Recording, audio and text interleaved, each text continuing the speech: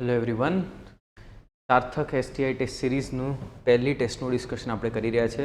પોલિટીની જે ટેસ્ટ હતી એ સ્ટાર્ટ. પહેલો ક્વેશ્ચન, કયા અધિનિયમ હેઠળ ભારત માટે રાજ્ય સચિવ અને ભારત પરિષદના કાર્યાલયો બનાવવામાં આવ્યા હતા? રાજ્ય સચિવ જે હતા, પહેલાં બ્રિટનની અંદર શું ચાલતું હતું? પહેલાં બ્રિટનના આપણા હતા ગવર્નર જનરલ જે અહીંયા હતા, પછી આવ્યા રાજ્ય સચિવ અને ભારત પરિષદના કાર્યાલયો. એટલે અત્યારની જે પોર્ટફોલિયો સિસ્ટમ આપણી ચાલી રહી છે, દરેક મંત્રીને એક પોર્ટફોલિયો આપી દેવામાં આવે છે, એ સિસ્ટમ ચાલુ કરવામાં આવી. ઓપ્શન આપણી પાસે છે ભારત સરકારના અધિનિયમ 1858 હેઠળ. સાચો જવાબ પણ આ જ છે. 1858ની અંદર જ પહેલું અધિનિયમ આવ્યું હતું જેની અંદર આ સિસ્ટમ લગાવવામાં આવી હતી. એમાં કોણ હતા? લોર્ડ કેનિંગ હતા, જે બનેલા પહેલાં આપણા વાઇસરોય. બરાબર, આમણે જ પોર્ટફોલિયો સિસ્ટમ બી ઇન્ટ્રોડ્યુસ કરેલી અને જોડે આવેલા સેક્રેટરી ઓફ સ્ટેટ.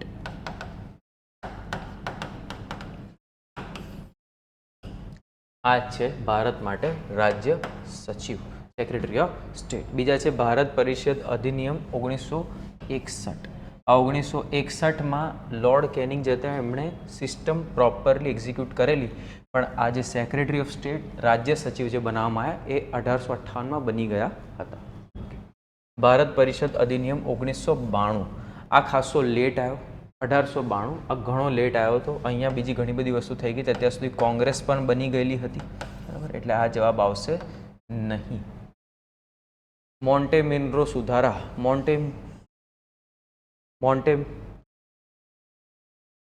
આ સુધારાઓની અંદર સૌથી મેઇન વસ્તુ કરવામાં આવી હતી એ હતા સેપરેટ ઇલેક્ટોરેટ્સ બનાવવામાં આવ્યા હતા.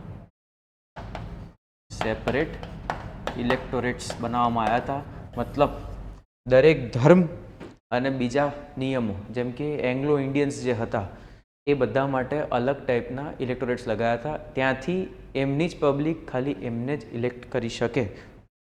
ચૂંટણી એના આધારે એસ્ટેબ્લિશ કરવામાં આવી હતી 1909ના મોર્લે મિન્ટો રિફોર્મ્સની અંદર. આ ટાઈમે સેક્રેટરી હતા મોર્લે અને મિન્ટો હતા વાઇસરોય. જવાબ રહેશે ભારત સરકાર અધિનિયમ 1858. બીજો સવાલ છે, ભારત માટે બંધારણ સભાનો વિચાર સૌ પ્રથમ કોણે રજૂ કરેલો હતો? બંધારણ સભા, કોન્સ્ટિટ્યુઅન્ટ અસેમ્બલી, આના માટેનો પહેલો કોણે રજૂ કર્યો હતો? બંધારણ સભાની જ્યારે વાત થાય તો આપણા ત્યાં ઘણા વર્ષોથી આ ડિસ્કશન ચાલુ હતું, પણ એમ રોય હતા જેણે સૌથી પહેલાં વાત કરી હતી. બરાબર. 1939માં શરૂ થયો તમારો વર્લ્ડ વોર II. આ ટાઈમે હતા તમારા વાઇસરોય લિનલિથગો. લિનલિથગો હતા, એમણે શું કર્યું હતું? તમને એક ઓગસ્ટ ઓફર આપી હતી. બરાબર, પણ એમાં કોઈ કોન્સ્ટિટ્યુઅન્ટ એસેમ્બલી નથી. એના પછી આવી હતી તમારી ક્રિપ્સ મિશન. કયા વર્ષમાં આવી હતી ક્રિપ્સ મિશન? 1942માં આવી હતી.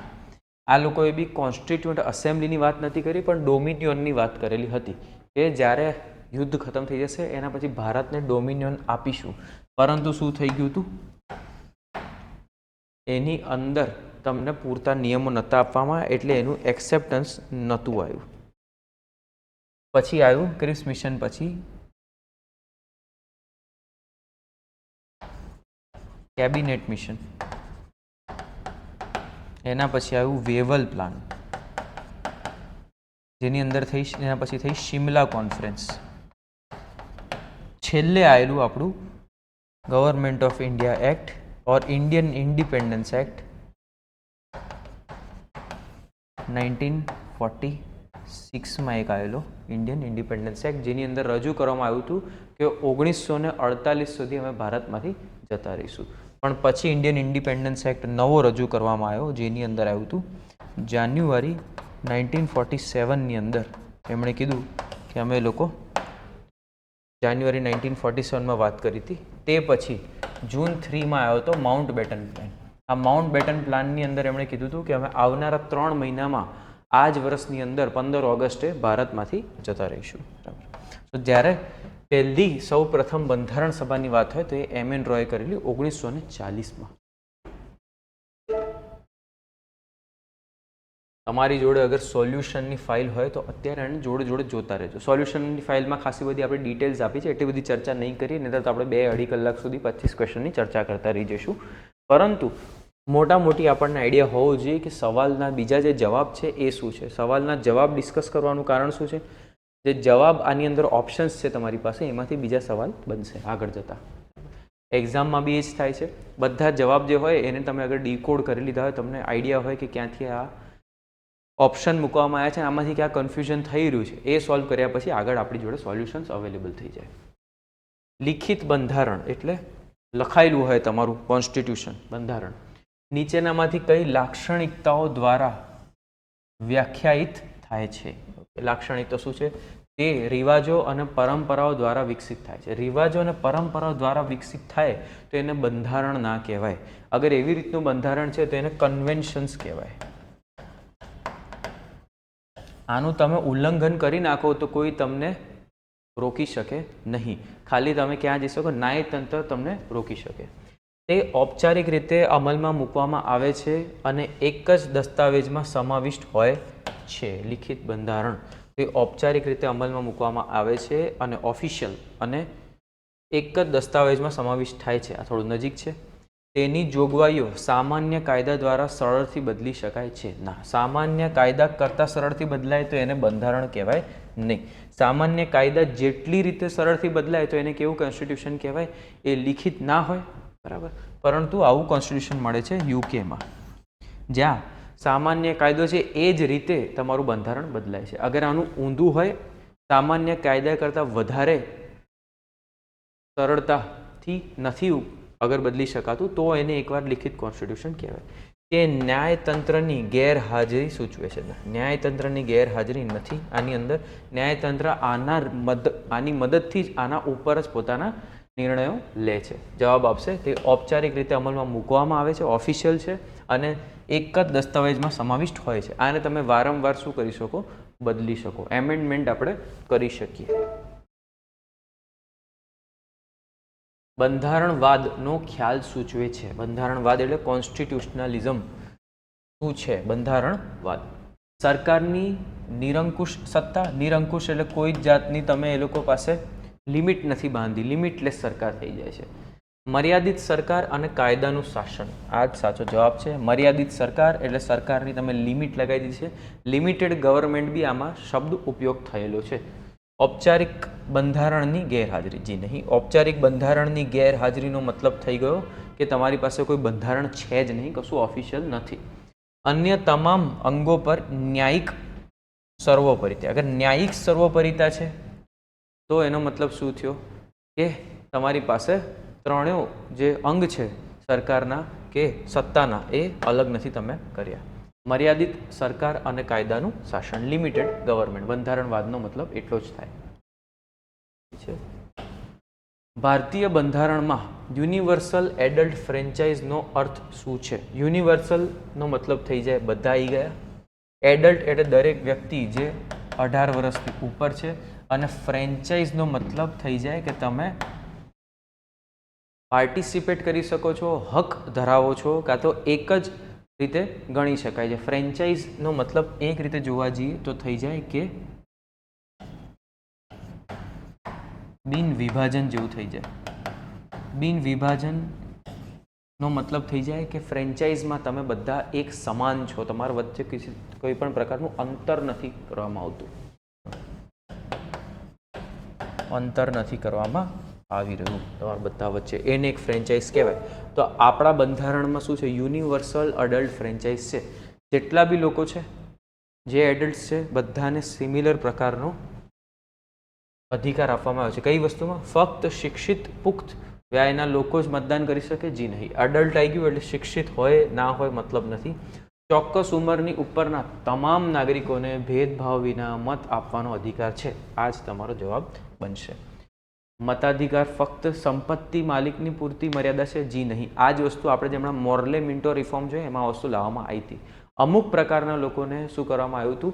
અધિકાર આપવામાં આવ્યો હતો કે તે શું કરી શકે? મત આપી શકે.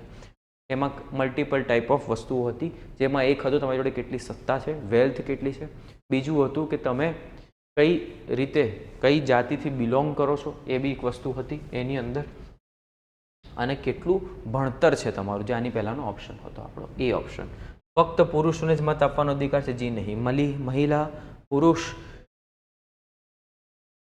ભણતર મેળવેલું હોય કે ભણતર ના મેળવેલું હોય, દરેકે દરેક વ્યક્તિ ગરીબ હોય અમીર હોય દરેક જણને મત આપવાની આપણે રજૂઆત કરેલી છે. ચોક્કસ ઉંમરની ઉપરના તમામ નાગરિકો ભેદભાવ વિના મત આપવાનો અધિકાર છે. આન્સર આવશે બી. બેઠું છે.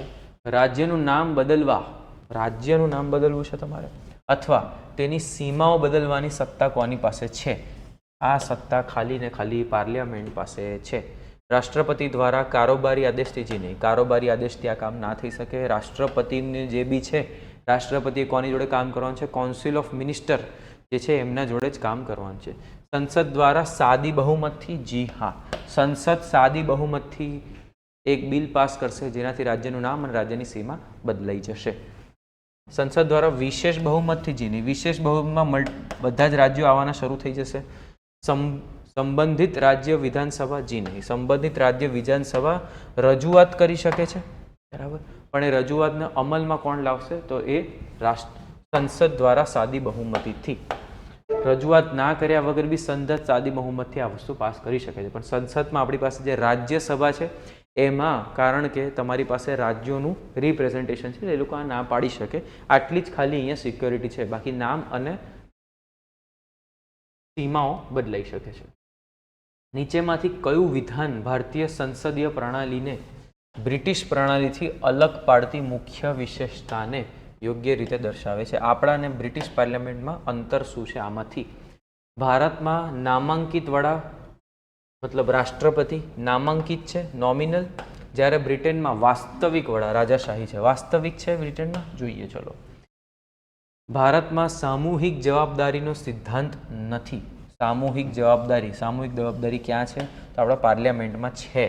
મંત્રીઓ શું કરશે? અગર તમે નો કોન્ફિડન્સ મોશન પાસ કર્યું અને એ રજૂ થઈ ગયું, પાસ થઈ ગયું, વોટ બહુમતીથી મળી ગયા, તો પછી દરેકે દરેક મંત્રી શું કરવું પડશે? રાજીનામું આપવું પડશે. આ છે તમારી સામૂહિક જવાબદારી, જે બ્રિટનમાં મૂળભૂત છે. નહીં, આ બ્રિટનમાં બી છે એટલે આ બી કેન્સલ થઈ જશે. ભારતમાં ચૂંટાયેલા રાજ્ય વડા મતલબ ગણરાજ્ય છે, જી હા, જ્યારે બ્રિટનમાં વારસાગત વડા, ઓકે, આપણા ત્યાં શું છે? ચૂંટાયેલા રાજ્ય વડા છે, જ્યારે બ્રિટનમાં વારસાગત જનરેશનલ મોનાર્કી છે. જી હા, આ જ આપણો સાચો જવાબ બને છે. સહી જવાબ આ જ છે. આમાં બી નામાંકિત વડા રાષ્ટ્રપતિ છે, પણ આપણે એમને ચૂંટીએ છીએ. યસ. વાસ્તવિક વડા છે અહીંયા, વાસ્તવિક એમની જોડે કોઈ પાવર નથી એ સચ. એમનું જે લોકસભા આપણા ત્યાં છે હાઉસ ઓફ કોમન્સ. એ હાઉસ ઓફ કોમન્સનું દરેક બિલ શું થઈ જાય છે? બંધારણ છે એમના માટે. એના જ ઉપર આખી દેશ ચાલે છે, યુકેનું. ભારતની કેબિનેટ ફક્ત નીચલા ગૃહ લોકસભાને જવાબદાર છે, જ્યારે બ્રિટિશ કેબિનેટ બંને ગૃહોને જવાબદાર છે. જી નહીં, આપણી કેબિનેટ બી લોકસભાને તો જવાબદાર છે, પણ અમુક અંગે રાજ્યસભાને બી જવાબદારી રહેશે એ લોકોની. પૂરતી નહીં રહે. નો કોન્ફિડન્સ મોશન તો લોકસભામાં જ પાસ થશે, છતાં બી બંને સભાની અંદર તમારી પાસે જવાબદારી તો રહેશે. જ્યારે બ્રિટન કેબિનેટમાં બંને ગૃહોની જવાબદારી છે. જી નહીં, બ્રિટન કેબિનેટમાં બી હાઉસ ઓફ કોમન્સ છે, ત્યાં જ તમારે શું છે? દરેક ટાઈપની જવાબદારી રહેશે, ત્યાં જ તમારું નો કોન્ફિડન્સ મોશન આવશે. તો અમુક રીતે બંને વસ્તુ ખોટી પડશે. બંધારણનો અનુચ્છેદ 20 ગુનાઓ માટે દોષિત ઠેરાવાના સંબંધમાં રક્ષણ પૂરું પાડે છે. મતલબ અગર તમે કોઈ ગુનો કર્યો છે કે નથી કર્યો, એમાં અગર તમને દોષી પાડવામાં આવે તો અમુક પ્રકારના આપણે શું અહીંયા રજૂ કરેલા છે? રક્ષણ રજૂ કરેલા છે. તેમાં નીચેમાંથી કયા સિદ્ધાંત તો સમાવિષ્ટ છે? તો ભૂતકાલીન કાયદો નહીં. જી હા, ભૂતકાલીન કાયદો આપણે ત્યાં નથી ચાલતો.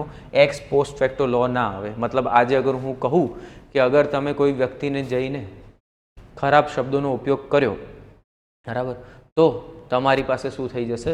તમને 1 વર્ષની સજા થઈ શકે અગર પૂરતું પડે તો, બરાબર છે. તેનો મતલબ એવું જ થાય કે અગર ગઈકાલે મેં એ વસ્તુ કરી હોય તો મારા પર એ લાગુ પડે નહીં.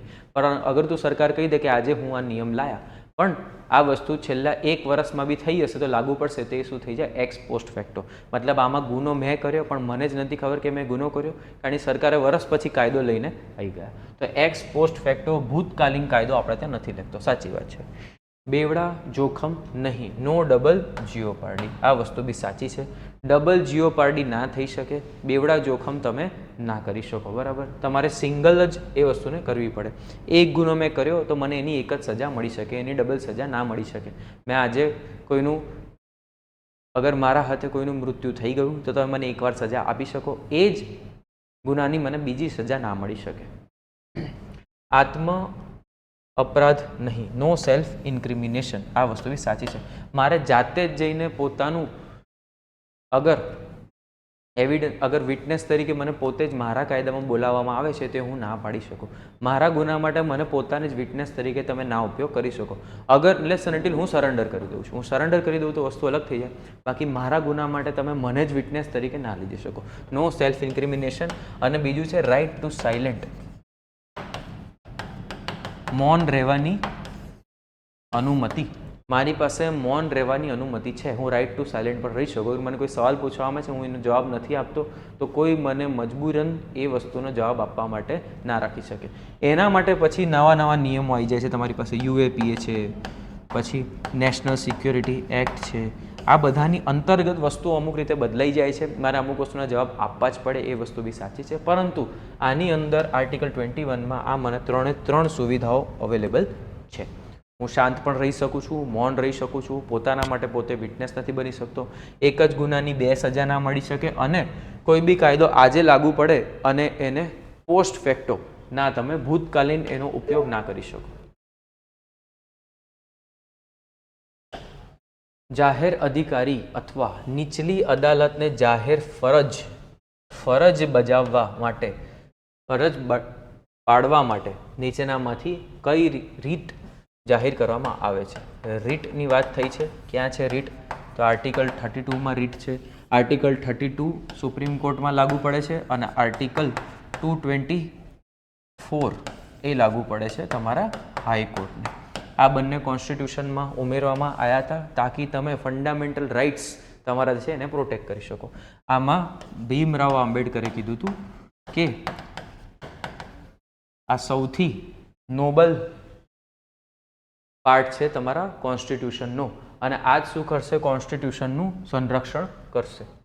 Habeas corpus. હેબિયસ કોર્પસ શું છે? 24 કલાકની અંદર મને જે વ્યક્તિને તમે અરેસ્ટ કર્યો છે એને એકવાર મેજિસ્ટ્રેટની અગેન્સ્ટ તમારે મૂકવા પડે. મતલબ તમે કોઈને બી અગર અરેસ્ટ કર્યા છે તો 24 કલાકની અંદર કોઈ બી એક મેજિસ્ટ્રેટની પાસે તમારે એમને લઈ જવા પડે, અને એ અરેસ્ટ જે છે એને તમારે ઓફિશિયલ કરાવડાવવું પડે. અનલેસ એન્ડ અન્ટિલ મેજિસ્ટ્રેટ કહે છે કે તમે આમને તમારી કસ્ટડીમાં રાખી શકો છો તો બરાબર છે. બાકી અગર મેજિસ્ટ્રેટ ના પાડે તમે એમને છોડી દેવા પડે, તમારે બેલ આપી દેવી પડે. હેબિયસ કોર્પસનો નિયમ છે 24 કલાકની અંદર બોડી મારી અગેન્સ્ટમાં લઈને આવો. બોડી એટલે જે વ્યક્તિને તમે રજૂ કર્યો છે એને ફિઝિકલી તમારે લઈ જવા પડે. મેન્ડેમસ, આ જ તમારો જવાબ છે. મેન્ડેબસ એટલે મેન્ડેટરી. તમે કોઈ બી સરકારી અધિકારી છો, તમે કોઈ બી સરકારી સંસ્થા છો, કે તમે કોઈ બી નીચલી અદાલત છો, અગર એ કામ નથી કરી રહી તો એને એનું કામ કરવા માટે મેન્ડેમસ રીટ પાસ કરવામાં આવે છે. મેન્ડેમસ એટલે મેન્ડેટરી, મતલબ ફરજિયાત કામ કરવું પડશે. પ્રોહિબિશન એટલે ના પાડવી. કોઈ કામ તમારા હેઠળ નથી આવી રહ્યું છતાં પણ તમે એને કરી રહ્યા છો તો ઉપરની ન્યાયાલય, ઉપરની કોર્ટ તમને કહી શકે નીચલી કોર્ટને કે આ કામ તમારે નથી કરવાનું, હું પ્રોહિબિશન પાસ કરું છું. સર્ટ્યોરારી હોય કે કોઈક વ્યક્તિની લાયકાત ધરાવવા માટે તમે એને સર્ટિફાઈ કરો કે હા બરાબર તમે આ કામ કરી રહ્યા છો, હું સર્ટિફાઈ કરું છું તમે બરાબર કામ કરી રહ્યા છો. That is certiorari. આ છેલ્લા બે જનરલી કોર્ટ ઉપર લાગુ પડે છે. ઉપલી કોર્ટ નીચલી કોર્ટને ઉપયોગ કરે છે. પ્રોહિબિશનમાં અમુક વાર શું થાય, ઉપલી કોર્ટ નીચલી કોર્ટને પ્રોહિબિશન આપે અને કેસ પોતે લઈ લે પોતાની પાસે અને પોતે એને સાંભળવાનું ચાલુ કરે. મેન્ડેમસ દરેકે દરેક ટાઈપના અધિકારીઓ પર લાગુ પડાવવામાં આવતું હોય છે.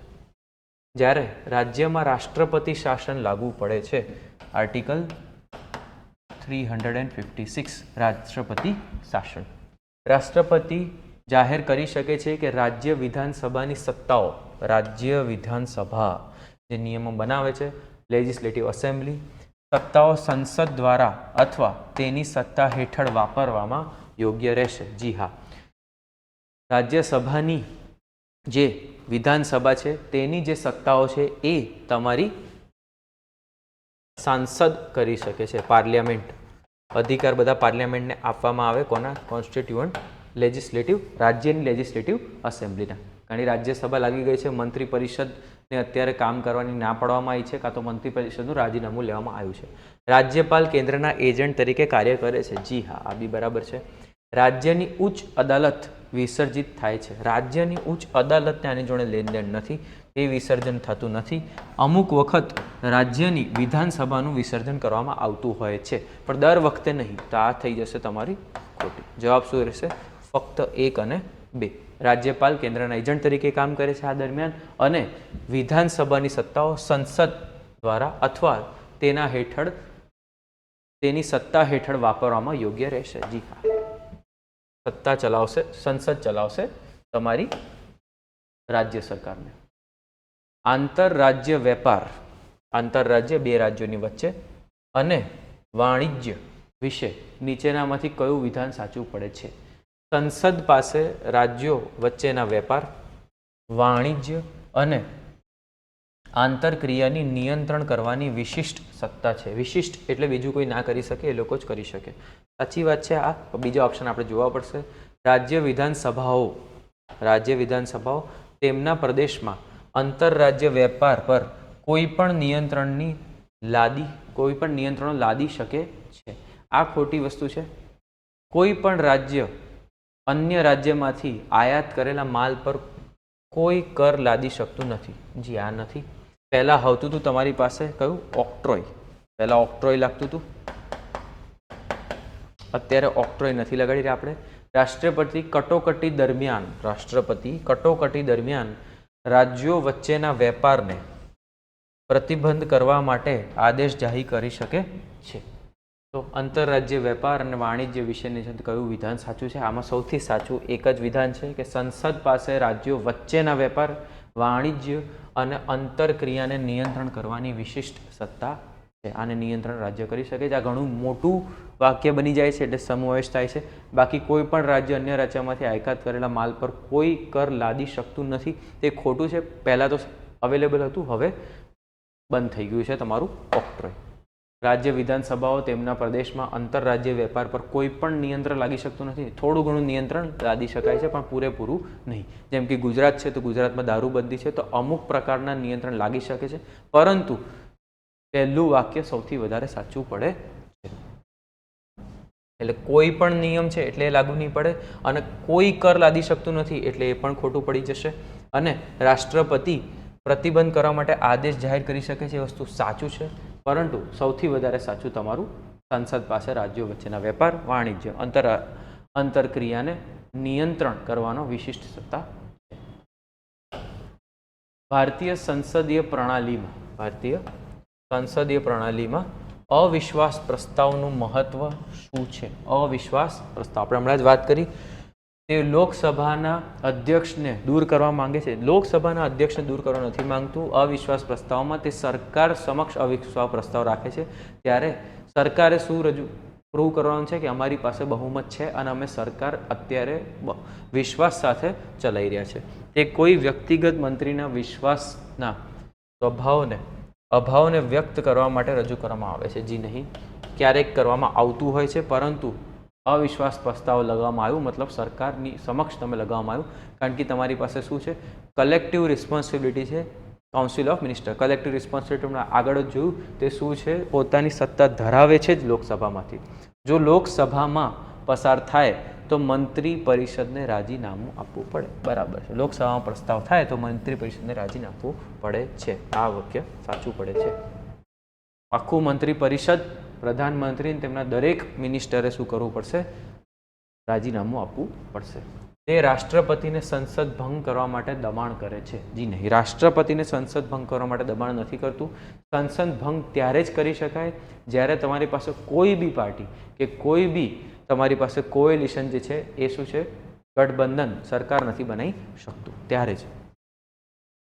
આમાં યાદ રાખજો કે મંત્રી પરિષદ રાજીનામું આપશે, પણ રાજીનામું ક્યાંથી આપશે? પોતાના મંત્રી પદથી આપશે, જેની એમને શપથ લીધી હતી, પણ પોતાનું લોકસભાની એમની પાસે હજુ બી શું છે? ચૂંટાયેલા છે લોકસભામાં, તો લોકસભાની સીટ એમની હજુ બી રહેશે, એ નથી જતી રહેવાની. એ રાજીનામું આપીને પાછા ઇલેક્શનમાં નથી જઈ રહ્યા, રાજીનામું આપીને પાછા લોકસભામાં આવશે, લોકસભામાં ફરી બીજું કોઈ દાવો મૂકશે અને સરકાર બનાવશે. આ વસ્તુ અટલ બિહારી વાજપેયી જોડે થયેલી છે 1996માં. 13મો સવાલ, સંસદીય પ્રણાલીમાં લોકસભાના વિસર્જન એટલે લોકસભા આપણે ભંગ કરીને નવા ઇલેક્શન લગાવવાના છે. નીચેમાંથી કયું વિધાન સાચું છે? રાષ્ટ્રપતિ લોકસભાને ફક્ત તેની 5 વર્ષની મુદત પૂરી થાય, ફક્ત 5 વર્ષની મુદત પૂરી થાય પછી જ વિસર્જન કરી શકે? જી નહીં, ક્યારે બી વચ્ચે વિસર્જન થઈ શકે છે.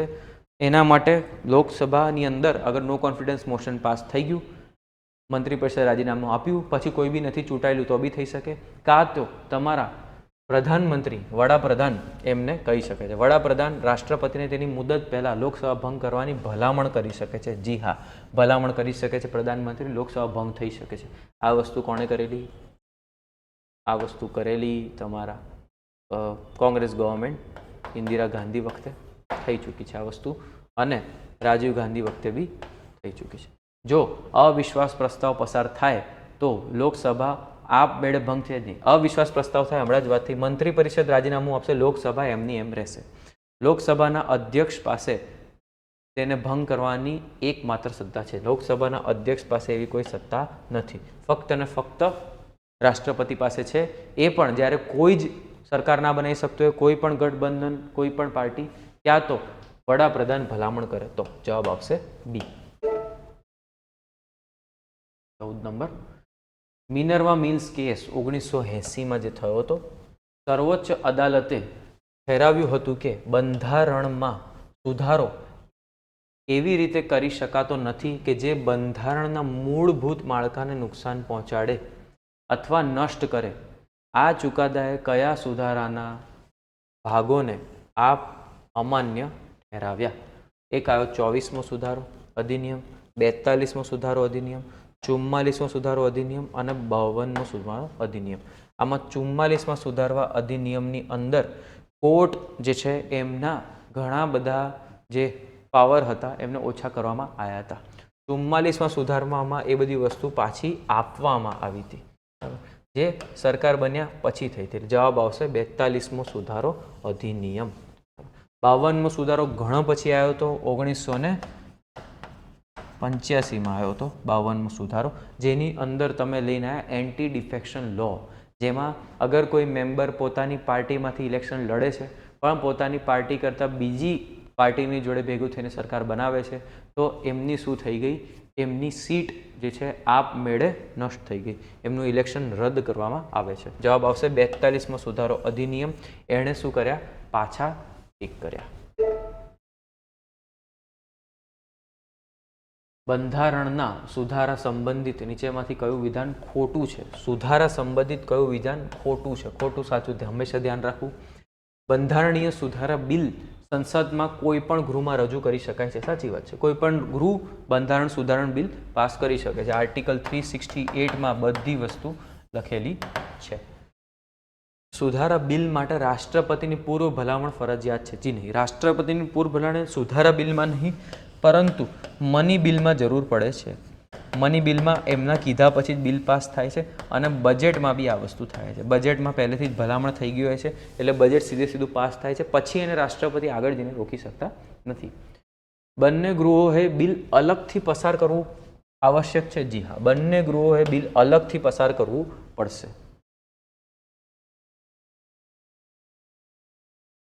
અસ્મિતાના કિસ્સામાં સંયુક્ત બેઠક માટે કોઈ પણ જોગવાઈ નથી? જી નહીં, જોગવાઈ તો છે.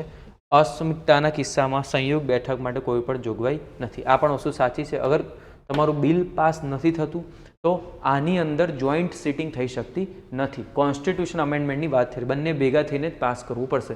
આની અંદર મેજોરિટીવાળું કામ નહીં થાય, લોકસભા રાજ્યસભાવાળું. તો 1, 2, 3 સાચા છે. આપણને ખોટું પૂછ્યું છે, ખોટું રહેશે. સુધારા બિલ માટે રાષ્ટ્રપતિની ભલામણ ફરજિયાત છે? જી નહીં, ફરજિયાત નથી. ભારત સરકાર અધિનિયમ 1935 ગવર્મેન્ટ ઓફ ઇન્ડિયા 1935ની પ્રાંતીય સ્વાયત્તતા સંબંધિત જોગવાઈઓએ સ્વતંત્રતા પછીના કેન્દ્ર રાજ્ય જે અત્યારના સંબંધો છે નોંધપાત્ર રીતે પ્રભાવિત કર્યા? નીચેનામાંથી કયું આ પ્રભાવનું શ્રેષ્ઠ વર્ણન કરે છે? ખાસો લાંબો જવાબ છે, પરંતુ શું છે આપણી પાસે કે આની અંદર આપણે જોવાનું છે કે આજે કેવી રીતે લાગુ પડે છે. તે સત્તાના સંપૂર્ણ વિભાજન તરફ દોરી ગયું. સત્તાનું સંપૂર્ણ વિભાજન તરફ આ નથી લઈ ગયું, જે સાચા સંઘીય માળખાને પ્રતિબિંબિત કરે છે. સંઘીય માળખાને પ્રતિબિંબિત નથી કરતું. હજુ બી આપણે ફેડરલ સ્ટ્રક્ચરમાં છીએ, બરાબર. એ ફેડરલ સ્ટ્રક્ચર પોતે જ જણાવે છે કે સંપૂર્ણ વિભાજન નથી થયું સત્તાનું.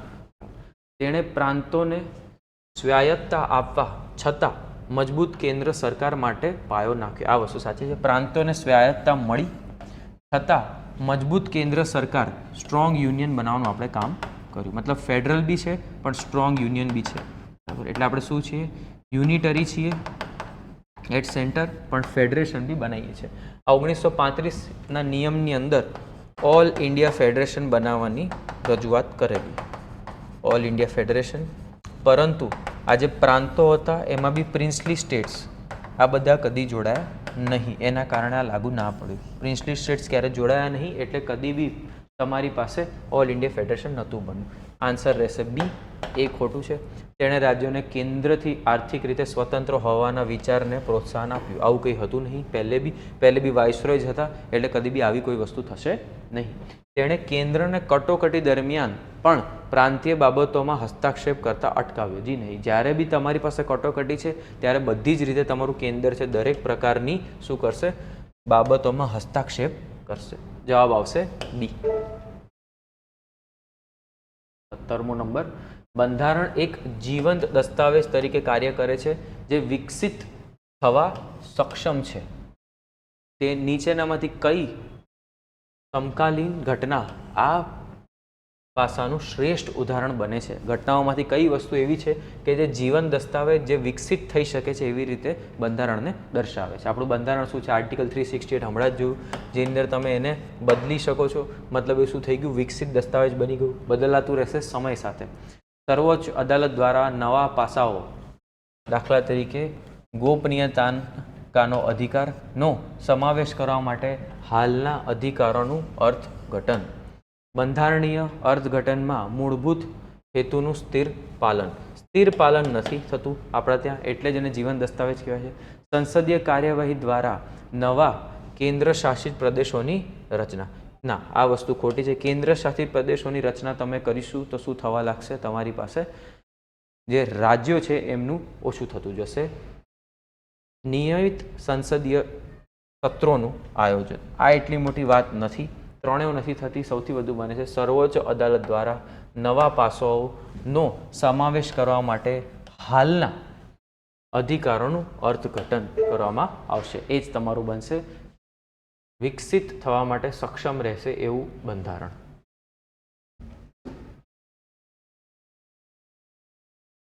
સર્વોચ્ચ અદાલત દ્વારા જીવન અને વ્યક્તિગત સ્વતંત્રતા અધિકાર. અનુચ્છેદ 21ની વાત થાય છે. Article 21 right to life and લિબર્ટીનું વિસ્તૃત અર્થઘટન કરીને સ્વચ્છ પર્યાવરણનો અધિકાર એક આપવામાં આવ્યો છે. આજીવિકાનો અધિકાર, રાઇટ ટુ લાઇવલીહુડ. ગોપનીયતાનો અધિકાર, રાઇટ ટુ સાયલેન્સ એન્ડ પ્રાઇવસીની વાત થાય છે, જે 2016માં ઉમેરવામાં આવ્યું. જેવા પાસાઓનો સમાવેશ શું દર્શાવે છે? ન્યાયતંત્રનો કાયદાકીય અતિરેક. જી નહીં, ન્યાયતંત્રનો કાયદાકીય અતિરેક નથી. એ ખાલી શું કર્યું છે? કાયદાને પોતાના હિસાબથી પોતાની નજરે અનુભવી રહ્યું છે અને એના પર નિર્ણય કરી રહ્યું છે.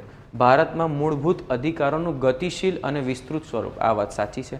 મૂળભૂત અધિકાર છે ફંડામેન્ટલ રાઇટ્સ, એનું ગતિશીલ અને વિસ્તૃત સ્વરૂપ મળી રહ્યું છે. બંધારણનું સ્થિર સ્વરૂપ, જેની સ્થિરતા નથી બતાવી રહ્યું આની અંદર.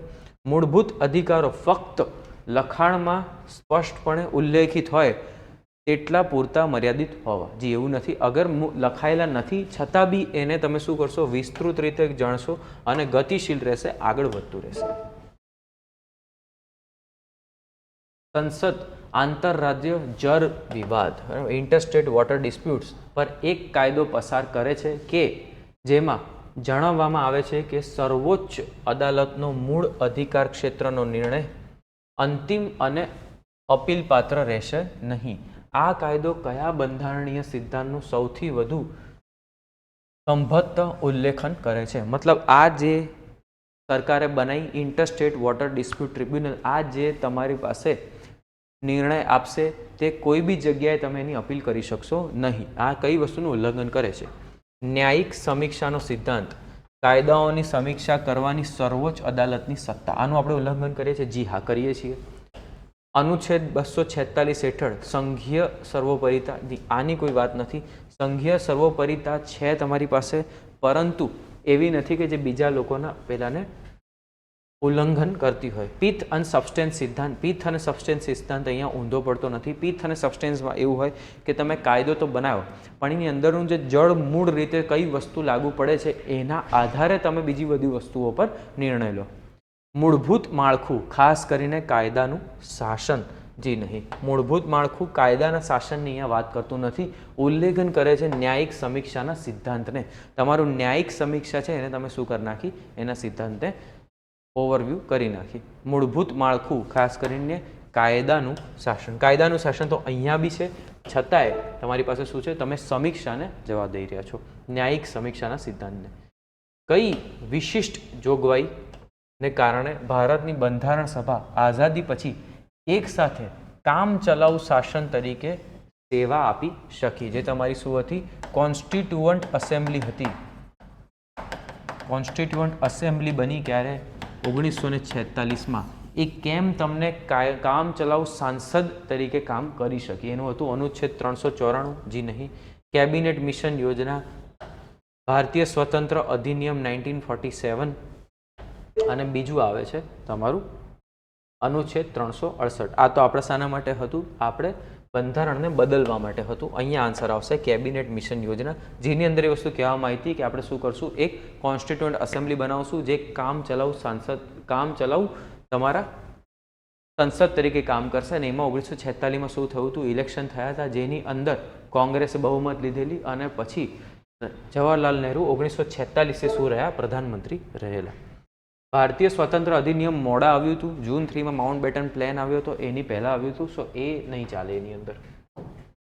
જો કોઈ કાયદો 9મી અનુસૂચિ હેઠળ 9th કોન્સ્ટિટ્યુશનલ અમેન્ડમેન્ટમાં મૂકવા આવે, પરંતુ તે 1973 એપ્રિલ 24, 1973 પછી મૂળભૂત અધિકારોનું ઉલ્લંઘન કરે છે, તો સર્વોચ્ચ અદાલતના ચુકાદા પછી ન્યાયિક પરિણામ શું છે? આ ટાઈમે આ લોકો એવું કીધું કે અહીંયા આવી ગયું બેઝિક સ્ટ્રક્ચર ડોક્ટ્રિન, કેશવનંદા ભારતી કેસ. અહીંયા એ વાત કરવામાં આવી કે 9th કોન્સ્ટિટ્યુશન, 9મી અનુસૂચિ જે ક્યારે આવી હતી? ફર્સ્ટ કોન્સ્ટિટ્યુશનલ અમેન્ડમેન્ટ એક્ટમાં 9th શેડ્યુલ બનાવવામાં આવ્યું, જેની અંદર જે બી કાયદો મૂકવામાં આવશે એ બધા કેવા છે? એ બધા કોઈ બી રીતે અધિકારોનું ઉલ્લંઘન કરતું હોય તો સર્વોચ્ચ અદાલત એના પર ચુકાદો આપી શકતી નથી. પણ આ વસ્તુ કેશવનંદા ભારતી કેસમાં ના પાડી દેવામાં, આ વસ્તુ કેશવનંદા ભારતી કેસની અંદર બેઝિક સ્ટ્રક્ચર ડોક્ટ્રિનમાં ગણવામાં આવી. ક્યારે? 2007ની અંદર કેસ થયો હતો, IR કોહેલો કેસ. IR કોહેલો કેસની અંદર સુપ્રીમ કોર્ટે જ કીધું કે જે બી નિયમો 9મી અનુસૂચિમાં મૂકવામાં આવ્યા છે, પરંતુ આના પછી મૂકવામાં આવ્યા છે, એ બધા શું થઈ ગયા? હવે બેઝિક સ્ટ્રક્ચર ડોક્ટ્રિનની અંદર અમે એની ઉપર ચુકાદો આપી શકીએ છીએ. આ વસ્તુ નહીં ચાલે. હા, 1973 પહેલાં જે નિયમો મેં મૂકેલા એ ગણાશે, પરંતુ એના પછી જે બી નિયમ તમે 9મી અનુસૂચિમાં મૂક્યા છે એ બધા ગણાશે નહીં. આ વસ્તુ 2007માં કહેવામાં આવી. બંનેનું ધ્યાન રાખજો. IR Coelho case, Kesavananda Bharati case. કાયદો ન્યાયિક સમીક્ષાથી મુક્ત છે? જી નહીં, સમીક્ષાથી મુક્ત નથી. કાયદાને હજુ પણ મૂળભૂત માળખાનું ઉલ્લંઘન કરવા આધારે પડકારી શકાય છે? જી હા, પડકારી શકાશે. આ તારીખ પછી જે આવ્યા છે એ. સંસદ ફક્ત આવા કાયદાને રદ કરી શકે છે? જી નહીં. સમીક્ષા માટે રાષ્ટ્રપતિની સંમતિ જરૂરી છે? જી નહીં. રાષ્ટ્રપતિની કોઈ સંમતિ વગર બી આની સમીક્ષા થઈ શકે છે. 22મો નંબર. નીચેનામાંથી કયું વિધાન મૂળભૂત અધિકાર, ફંડામેન્ટલ રાઇટ્સ અને રાજ્ય નીતિના નિર્દેશક સિદ્ધાંતો DPSP વચ્ચેના સંબંધને યોગ્ય રીતે વર્ણવે છે? બંનેની વચ્ચે સંબંધ શું છે? ફંડામેન્ટલ રાઇટ આયા આપણા ક્યારે? 1975ની અંદર. DPSP ક્યારે આયા? કોન્સ્ટિટ્યુશન આવી ગયું ત્યારે 1950થી લાગુ પડ્યા. જ્યારે ફંડામેન્ટલ રાઇટ્સ રાજ્ય પર મર્યાદાઓ તરીકે કામ કરે છે. જી હા, ફંડામેન્ટલ રાઇટ્સ રાજ્ય પર મર્યાદા મૂકે છે, કેટલું કામ કરી શકો, કેટલું ના કરી શકો. DPSPs રાજ્ય માટે સકારાત્મક સૂચનાઓ આપે છે. જી હા, આ ખોટું છે. ફંડામેન્ટલ ડ્યુટીઝ આવી હતી તમારી 1975માં. ફંડામેન્ટલ રાઇટ્સ તો એ જ 1950થી ફરીથી લાગુ પડ્યા. જાન્યુઆરી 26, 1950 જ્યારે આપણું સંવિધાન અમલમાં આવ્યું ત્યારે જ તમારા ફંડામેન્ટલ રાઇટ્સ આવી ગયા. ફંડામેન્ટલ ડ્યુટીઝ હા 1975માં આવી હતી સ્વર્ણસિંહ કમિટીની સાથે ઇમરજન્સી વખતે. તો પહેલો સ્ટેટમેન્ટ રાઇટ છે, આ રાજ્ય પર મર્યાદાઓ લગાવે છે અને DPSPs રાજ્યને સૂચનાઓ આપે છે. જો ફંડામેન્ટલ રાઇટ્સ અને DPSPs વચ્ચે સંઘર્ષ થાય, બંને કોન્ફ્લિક્ટમાં આવી ગઈ, તો નિર્દેશક સિદ્ધાંતો પરવર્તે. જો DPSPને લાગુ પડતો કાયદો અનુચ્છેદ 39B અથવા 39C ને અસર આપવા માટે ઘડવામાં આવ્યો છે. વાત સાચી છે. અગર તમારે કાયદાની અંદર બંને સંઘર્ષમાં આવે છે તો જનરલી શું થશે? નિર્દેશક સિદ્ધાંતો પરવરશે. કોઈના સુધારા માટે અગર નાનું મોટું ફંડામેન્ટલ રાઇટનું નુકસાન થાય છે તો આ વસ્તુ.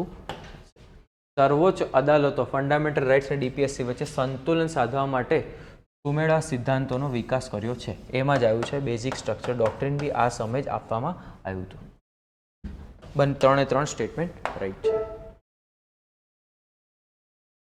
સર્વોચ્ચ અદાલત દ્વારા સામાન્ય રીતે નીચેની કઈ બંધારણીય જોગવાઈનો મૂળભૂત માળખાના અભિન્ન તત્વો તરીકે સ્વીકારવામાં આવે છે?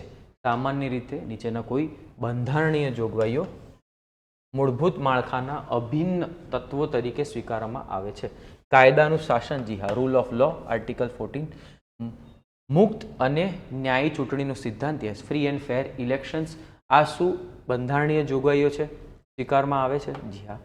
મૂળભૂત અધિકારો અને નિર્દેશક સિદ્ધાંતો વચ્ચે સુમેળ અને સંતુલન, આ વસ્તુ બી સાચી છે. સંસદીય શાસન પ્રણાલી, પાર્લિયામેન્ટરી પ્રોસેસ. આમાં આવ્યું કોઈ બંધારણીય જોગવાઈઓને મૂળભૂત માળખાના અભિન્ન તત્વો તરીકે સ્વીકારવામાં આવે છે. સંસદીય શાસન પ્રણાલી આનો ભાગ નહીં બની શકે, કારણ કે સંસદીય પ્રણાલી મૂળભૂત માળખાની અંદર નથી આવતું, જે છે તમારા ફંડામેન્ટલ રાઇટ્સ. જવાબ આવશે 1, 2 and 3. અગર 1, 2, 3 અવેલેબલ નથી, ઓપ્શનમાં 1, 2, 3, 4 છે તો જઈ શકાય, પરંતુ સંસદીય શાસન પ્રણાલી એની અંદર લાગુ પડતી નથી.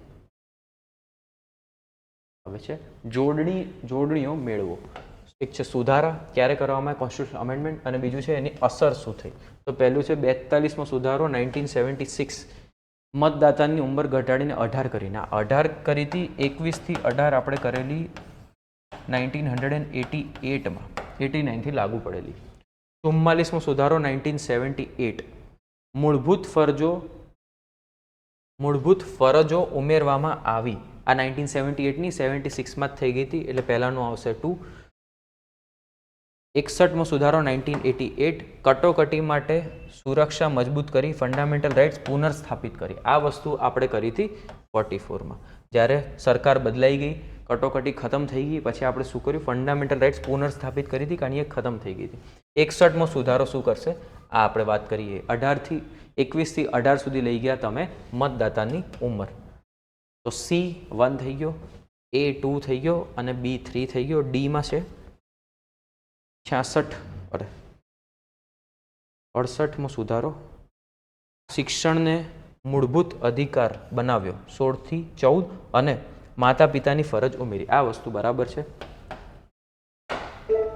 86મો સુધારો, 68મો નહીં, 86મો સુધારો 2002માં. જવાબ આવશે A2, B3, C1 અને D4. A2, B3, C1 અને D4. ફરીથી એકવાર જોવું હોય તો જોઈ લેજો. 42મો સુધારો, મૂળભૂત ફરજો ઉમેરવામાં આવી, ફંડામેન્ટલ ડ્યુટીઝ. 44મો સુધારો, કટોકટી વખતે ફંડામેન્ટલ રાઇટ્સ જેને આપણે દબાઈ દીધેલા હતા એને પાછા પુનર્સ્થાપિત કર્યા. 61માં 21થી 18 ઉંમર લઈ ગયા, અને 86માં સુધારામાં આપણે શું કર્યું? 16થી 14નો શું કર્યો? અધિકાર આપ્યો શિક્ષણનો, અને માતા પિતાની ફરજ બી એની અંદર ઉમેરી નાખી. છેલ્લો સવાલ 25મો. કેસ લખ્યા છે અને એની મુખ્ય અસર લખી છે. મેનકા ગાંધી કેસ 1978, વિસ્તૃત કાયદા દ્વારા સ્થાપિત પ્રક્રિયા, ન્યાય અને વ્યાજબીપણું. A.K. ગોપાલન કેસ 1950, પ્રારંભિક સંકુચિત દૃષ્ટિકોણ, વિભાજિત અધિકારો, આ વસ્તુ સાચી છે. આ હતી તમારા કયા? તો આની અંદર તમારી જે જમીન હતી અને પ્રોપર્ટી હતી એના પર કેસ કરવામાં આવ્યો હતો અને એ જ વખતે તમારું 9th કોન્સ્ટિટ્યુશનલ એમેન્ડમેન્ટ 9મો સુધારો કરવામાં, પહેલો સુધારો કરી 9th શેડ્યુલ એડ કરવામાં આવ્યું હતું ફર્સ્ટ કોન્સ્ટિટ્યુશનલ અમેન્ડમેન્ટથી. સાચી છે. મેનકા ગાંધી કેસ, કાયદા દ્વારા સ્થાપિત પ્રક્રિયા, રૂલ ઓફ લો, આ એસ્ટાબ્લિશ કરવામાં આવી હતી. સો બંને થઈ ગયા સાચા. આમાં લગભગ 4 સાચા હશે અનલેસ એન્ડ અનટિલ આમાંથી એક ખોટો હોય. સુનિલ બત્રા 7880 અનુચ્છેદ 21 હેઠળ કાયદાનો અધિકાર, આ વસ્તુ બી સાચી છે. આ જ કેસની અંદર કાયદાનો અધિકાર આપવામાં આવ્યો હતો, એ તમે ના લઈ શકો કોઈની પાસે. હુસેના ખાતુન ઝડપી સુનાવણી અનુચ્છેદ 21નો ભાગ છે, આ વસ્તુ બી સાચી છે. જવાબ આવશે 1 2 3 4, 4 બરાબર રીતે ગોઠવાયેલા. આ હતું આપણું ડિસ્કશન. દરેક ડિસ્કશન જોતા રહેવું. અગર તમે ટેસ્ટ આપી રહ્યા છો, ટેસ્ટ નથી આપતા તો એ ડિસ્કશન જોતા રહેવું, કારણ ડિસ્કશન જોતો થશો તો શું થશે, જોડે જોડે તમે પોઝ કરીને બી સોલ્વ કરી શકશો અને જે સોલ્યુશન આપવામાં આવે છે સોલ્યુશન આની જોડે જોઈ નાખવું. સોલ્યુશન જોઈ કાઢશો એની અંદરથી નવા સવાલ બનશે, આખું જે સબ્જેક્ટ છે રિવાઇઝ થઈ જશે. આનાથી વધારે કરવાની જરૂર નહીં પડે, છતાં બી વાંચ્યું હોય તો વધારે સારું, પણ હવે આ સમય ઉપર ટેસ્ટ આપીને સોલ્યુશન કરો એ વધારે સારું છે. અને કેવી રીતે આપણે જવાબ પર પહોંચી રહ્યા છે એ વસ્તુનું ધ્યાન રાખવું. અગર જવાબ પર પહોંચવાની આપણી પ્રક્રિયા ખોટી પડી રહી છે તો એને બી અહીંયા સુધારી દેવી, કેવી રીતે જવાબ પર પહોંચીએ છે. શાંતિથી વાંચવું, દરેક સવાલના દરેક જે શબ્દ છે એને ગોઠવવા કે શું પૂછવામાં માંગી રહ્યું છે. અમુક વાર સવાલને ગોઠવવામાં એવી રીતે આપણે ભૂલ કરી નાખીએ અને પછી એના જવાબો પર જવું. અને એક જવાબ સાચો બી લાગતો હોય તો એ બધા ઓપ્શન વાંચવા. દરેક ઓપ્શનની અંદર એવું બની શકે 2 એવા હોય કે જેની અંદર તમે કન્ફ્યુઝ થઈ શકો, તો પ્રોપરલી છેક સુઈ જોઈને અલ્ટિમેટલી જવાબ આપવો. જવાબ આવી ગયો તો ટીક મારો, જવાબ નથી આવ્યો તો 2 ઓપ્શન સુધી પહોંચવાની પ્રયાસ કરો. 2 ઓપ્શન પર આવી ગયા તો તરત ને તરત કોઈ બી એક ઓપ્શન પર ટીક મારીને આગળ વધવું. 3 ઓપ્શનમાં કન્ફ્યુઝ છીએ કે તુક્કો મારી રહ્યા છે તો એ વસ્તુની અંદર તમને નુકસાન થઈ શકે. ધ્યાન રાખવાનું. બીજા ડિસ્કશનમાં ફરીથી મળીશું.